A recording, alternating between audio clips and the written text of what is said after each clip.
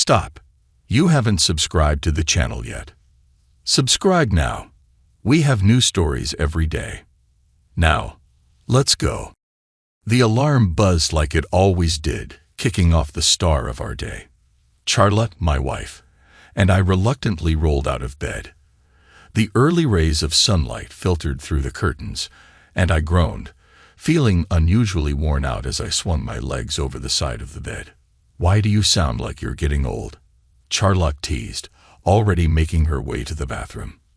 "After last night, I think I am," I joked, still thinking about how wild the previous evening had been. Charlotte had a knack for keeping things interesting. Today marked the beginning of her business trip, which meant I'd be on my own for the next week. I wasn't exactly looking forward to it. I heard the water running in the shower and considered joining her, but I needed a few more minutes to myself. Last night had taken a toll, and I wasn't in any rush. Charlotte came bouncing back into the bedroom, full of energy, which made me feel even slower in comparison.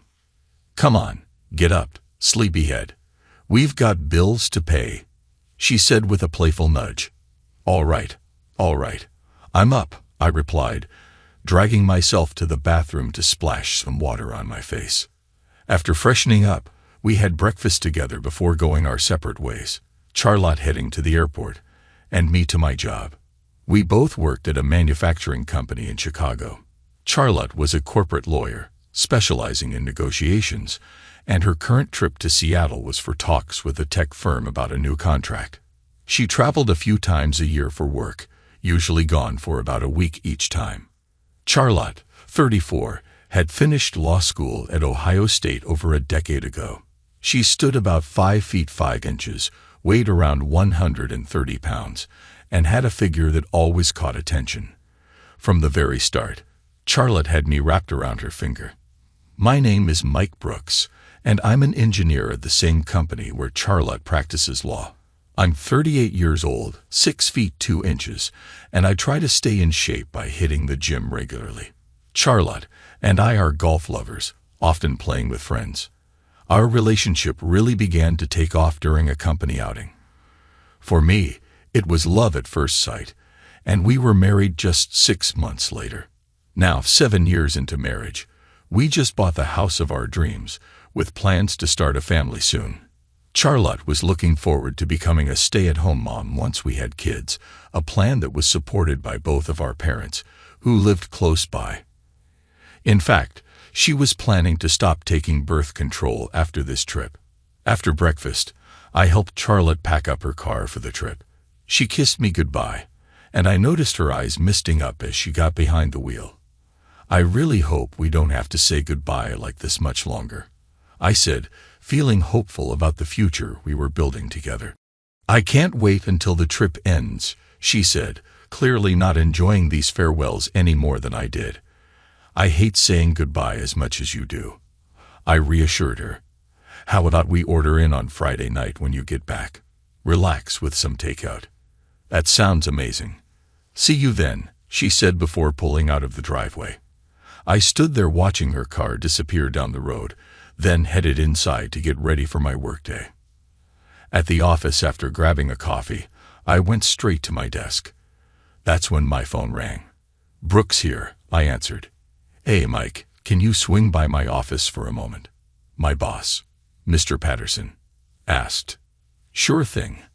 I'm on my way," I said, taking my coffee along with me. When I got there, he motioned for me to sit down.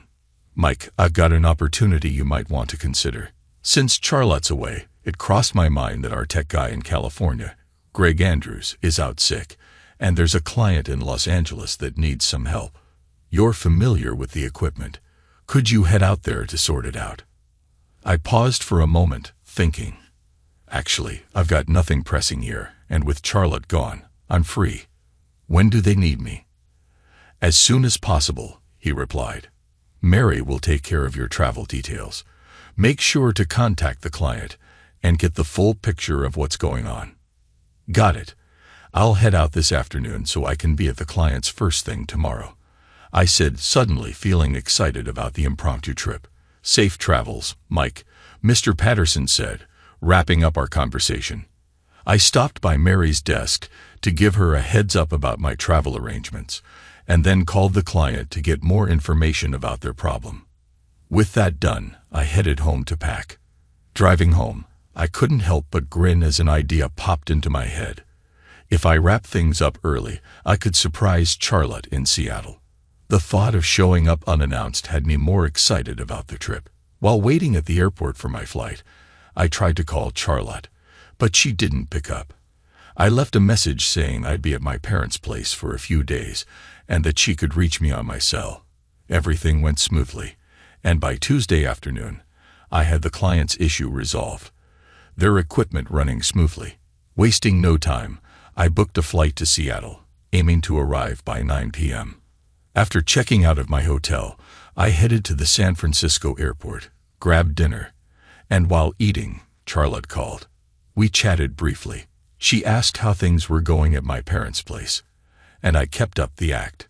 Charlotte mentioned that negotiations were progressing but that she was exhausted and planned to spend the evening resting in her hotel room.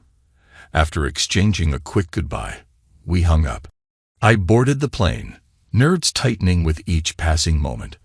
By the time I reached Charlotte's high-end hotel around 9:45 p.m., my stomach was already in knots. After a brief check with the front desk, they handed me a keycard to her suite. The walk to the room felt longer than it should have, my mind racing with excitement and anticipation.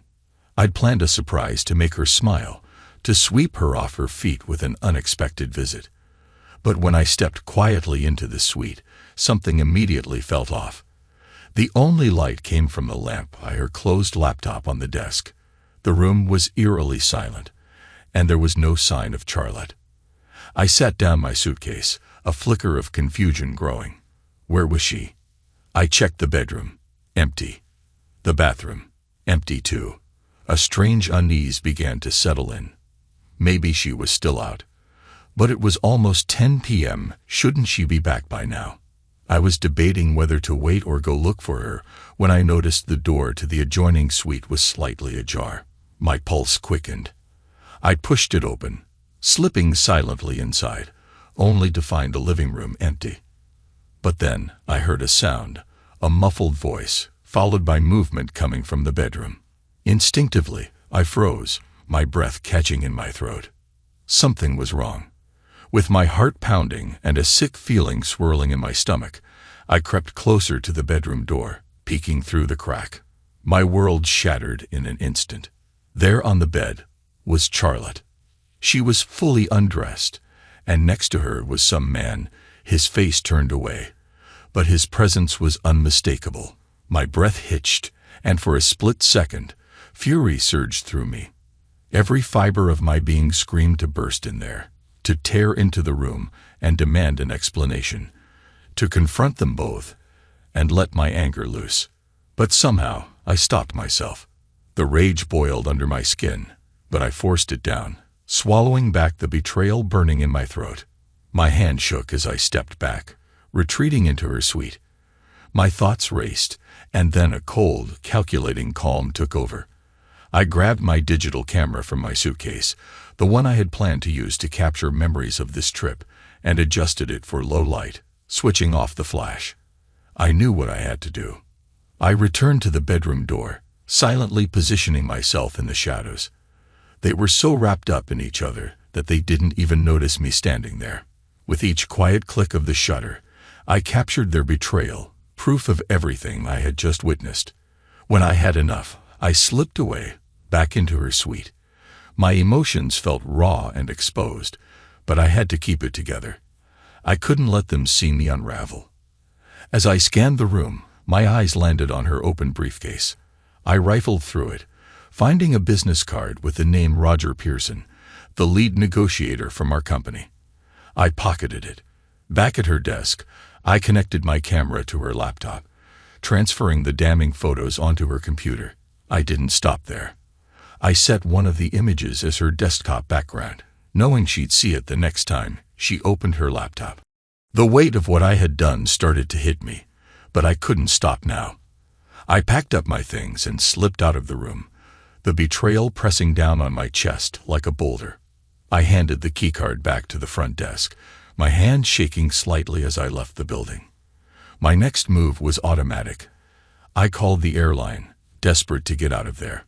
Luckily, there was an early morning flight back to Chicago that would have me home by mid-morning. The timing was perfect. I knew by then Charlotte would be starting her day, likely turning on her laptop for the negotiation. That would be the moment she realized I knew everything. I checked into a nearby motel to kill the hours until my flight, but I couldn't sleep. The images from that hotel room played on a relentless loop in my head, each one more sickening than the last. I let myself cry, the anger, sadness, and betrayal all spilling out. By the time morning rolled around, I was emotionally drained, but determined. This marriage was over. Back in Chicago, as soon as I got into my car, my phone started ringing. It was Charlotte. I stared at her name on the screen, my hand hovering over the decline button, before I finally turned off the phone altogether. I couldn't talk to her. Not now. Not ever. When I got home, the house phone started ringing, her name flashing on the caller ID again. I didn't answer. This time, her voicemail came through. "Mike, you need to call me back. It's important." Her voice was frantic, but I felt nothing. She had lost the right to urgency. I changed into some old clothes and left to pick up a U-Haul truck. There was no time to waste. By the afternoon, Charlotte would be back, and I needed to be long gone before then. Over the next few hours, I packed everything, every reminder of the life we once had. It all went into storage. I had already made an appointment with the lawyer, so the next stop was his office to initiate the divorce. Though I briefly considered using her affair as the basis for the divorce, I decided on irreconcilable differences. I'd keep the evidence of her infidelity in my back pocket, just in case things got ugly. After the lawyer's office, I went straight to the bank. I transferred half of everything in our shared accounts into new ones under my name. I did the same with our investments, consulting with my advisor. It all felt so final, so cold, but it had to be done. By the time I arrived at my parents' house, suitcase in hand, I was a shell of the man I'd been just 24 hours before. I walked through the front door, the weight of it all crashing down on me. When I walked into my parents' house, I could see the worry on my mom's face right away. "Mike, what's going on? Charlotte's been calling here non-stop looking for you. Did you tell her you'd be here?" she asked, her voice laced with concern.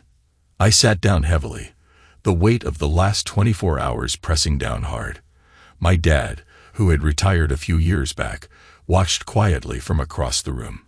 Taking a deep breath, I told them everything.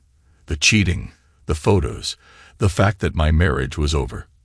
I watched disbelief cloud their faces as I explained the whole mess. "Charlotte? Cheating?" my mom said, shaking her head as if trying to wake up from a bad dream. My dad remained silent, his eyes fixed on the table. "Yeah, it's over. I started the process for divorce," I said, forcing the words out, hoping that by saying them aloud, I'd feel some kind of release. But instead, it all still felt so raw, so unreal. "Can I stay here for a while?" I asked, trying to keep my voice steady. "At least until I can get a place sorted out." They didn't hesitate. "Of course, you can stay, Mike. Stay as long as you need," my mom said, reaching out to squeeze my hand. My gut had been telling me this would happen, and I was right. Around evening, just as we were about to sit down for dinner, the doorbell rang. I didn't need to look. I already knew who it was.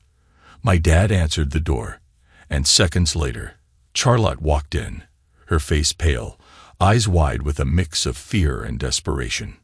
"Mike, why haven't you been picking up my calls? I needed to talk to you. All your stuff has gone from the house," she stammered, her voice shaking. I forced myself to stay calm, even though everything inside me wanted to scream.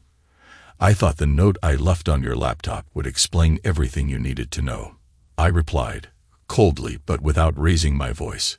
Her face went white, as if all the blood had drained from it.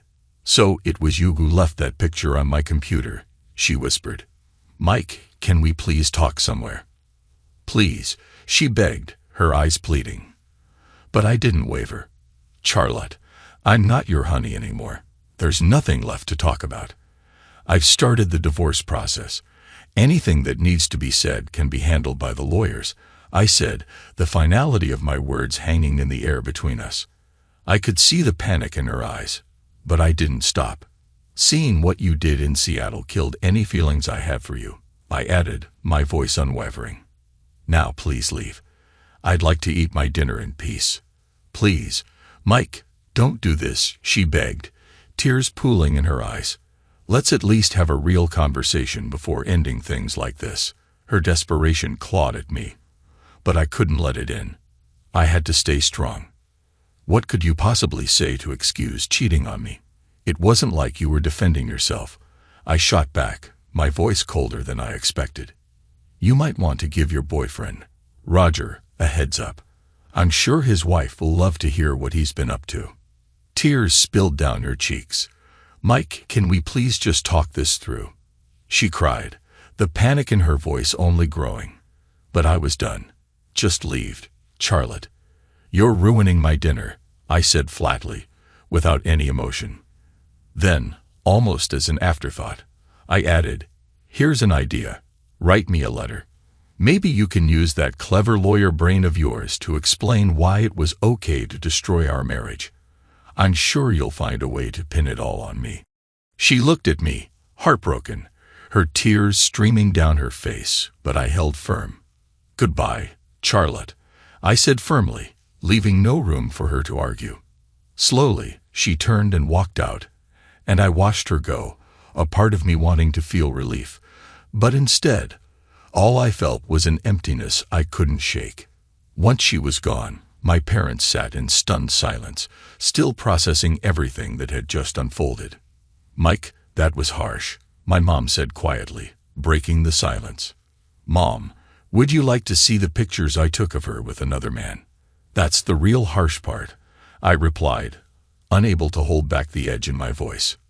"She completely disrespected me, and I can't just accept that. How could I ever trust her again? Would you really want me to have kids with someone like that?" There was a long pause before my dad finally spoke.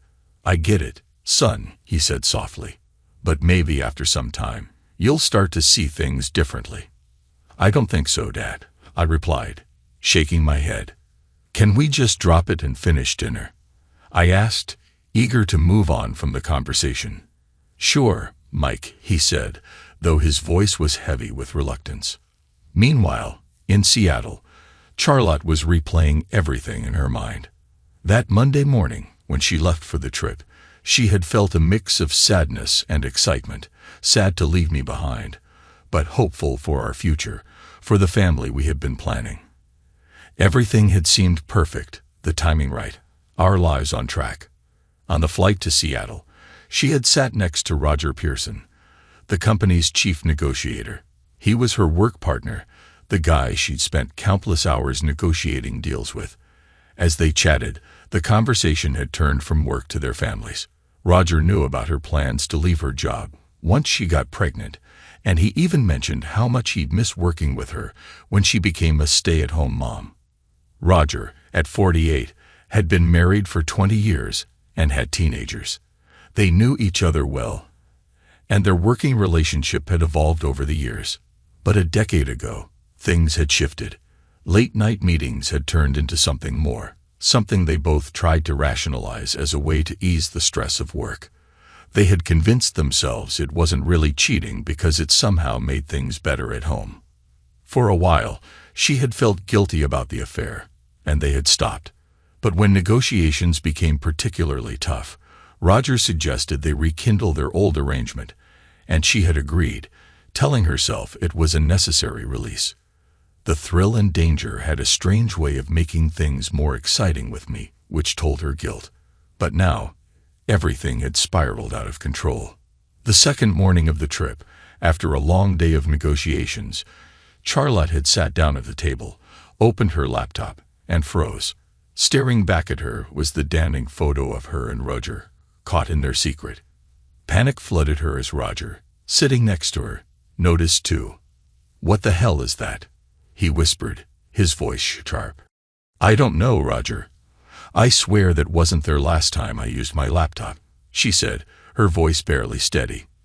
"But that's you," he said, pointing at the screen. "And that could be me." Her mind raced, trying to make sense of how it had all unraveled so quickly. "But how could anyone have taken that picture? I've been with my laptop the entire trip, either in my room or in yours," she stammered, terrified. "You better check if anyone had access to your room last night. And try to contact Mike. Find out where he was," Roger said, panic creeping into his own voice. Charlotte nodded, but her heart sank further. It couldn't have been Mike. Could it? I was drenched in sweat. If Mike had put that photo on my laptop, it meant one thing. Our marriage was probably over, but I wasn't ready to give up just yet. I had to get back to the hotel and figure things out. The hotel staff quickly got me a cab, and before I knew it, I was back in my room.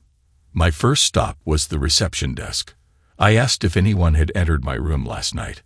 After a quick check, the receptionist told me that a Mr. Mike Brooks was given a key at 9:45 p.m. and returned it 30 minutes later. That hit me like a brick. Mike had been here. He must have seen everything. Suddenly, it all felt very real. My marriage might actually be over. The thought of losing Mike, the man I loved more than anything, made my chest tighten. But I wasn't going to let him go without a fight. I dialed his cell, but it went straight to voicemail. His office? The same. I left him a message, saying it was really important for him to call me back. His secretary told me he was on a business trip in California and would be back tomorrow. So he had been in California, but he must have stopped here on his way back. I guess we both got surprised in the worst way. I called his parents next. They said they hadn't seen him in a few days but would tell him to call me if they heard from him. The silence from his end was deafening, but I wasn't ready to give up hope. I still believed there was a chance to fix things, so I packed up and booked the next flight back to Chicago. Before leaving, I called Roger to tell him what was happening. There was a pause on the other end before he said, "Charlotte, we might be facing divorces, or maybe worse." I blinked, caught off guard. "Worse? What could be worse than divorce?" I asked. Roger's tone was serious. "Our company has strict policies about managers dating. If word gets out, we could both lose our jobs." I hadn't thought of that. Losing Mike already felt like the world was crashing down. Losing my job on top of it, I wasn't sure I could handle that. But I pushed the thought aside for now. I need to get back to Chicago and talk to Mike. Maybe there's still a way to work things out, I said, more to convince myself than Roger. "Keep me updated," Roger replied before we hung up.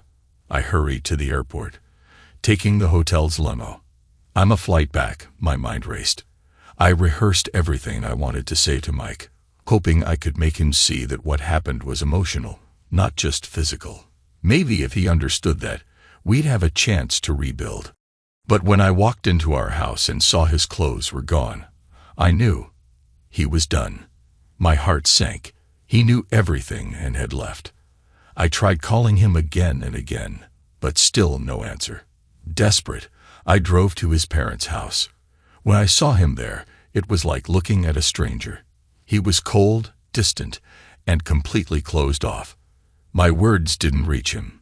He told me flat out that he was filing for divorce, and nothing I could say would change his mind. When he suggested writing a letter to explain myself, it felt like a cruel twist of a knife. I left, crying all the way to the car. Everything we had planned, growing old together, starting a family, seeing grandchildren, it all seemed to evaporate in that moment. I cried until I couldn't anymore. And then, selfishly, I started worrying about whether I'd be too old to have kids by the time I found someone new. Eventually, I pulled myself together, started the car, and drove back to our empty house, feeling lost. Meanwhile, Mike's story continued. After a restless night, tormented by the images of Charlotte and Roger, He woke up early and went downstairs to make coffee at his parents' place. Trying to distract himself, he grabbed his camera and laptop, determined to find something in those photos. As he scrolled through the images, his eyes narrowed on Roger's right arm. Something was there, a tattoo. Mike zoomed in, and there was a heart tattoo with Lynn 8 written inside it. Lynn 8, Roger's wife's name. That was the proof Mike had been looking for. Feeling a new wave of determination, he showered, got dressed, and prepared for the day. When he came back downstairs, his mom was busy making breakfast. He kissed her on the cheek and headed out the door, ready to take action. At work, he immediately made a few CDs with the photos and a close-up of Roger's tattoo, printing out several copies and putting them in a folder. With everything prepared, Mike marched straight to HR to meet with Chad, the HR manager. Chad greeted him with a friendly smile as they had played golf together a few times. Mike laid the photos in front of Chad, watching his reaction. "What's this, Mike?" Chad asked, sounding both curious and slightly amused. Mike's face remained serious. "Sorry, Chad, but this isn't a joke. That's my wife, Charlotte, and Roger Pearson. These were taken Tuesday night in Roger's hotel room in Seattle. They were there for negotiations with the company."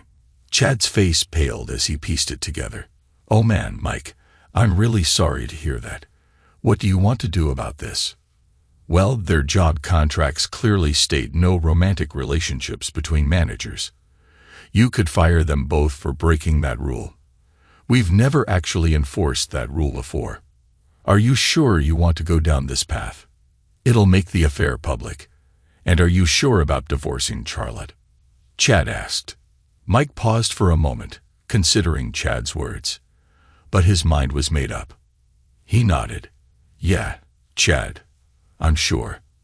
I had already instructed my lawyer to start drafting the divorce papers, but if the company didn't take action, I was ready to sue."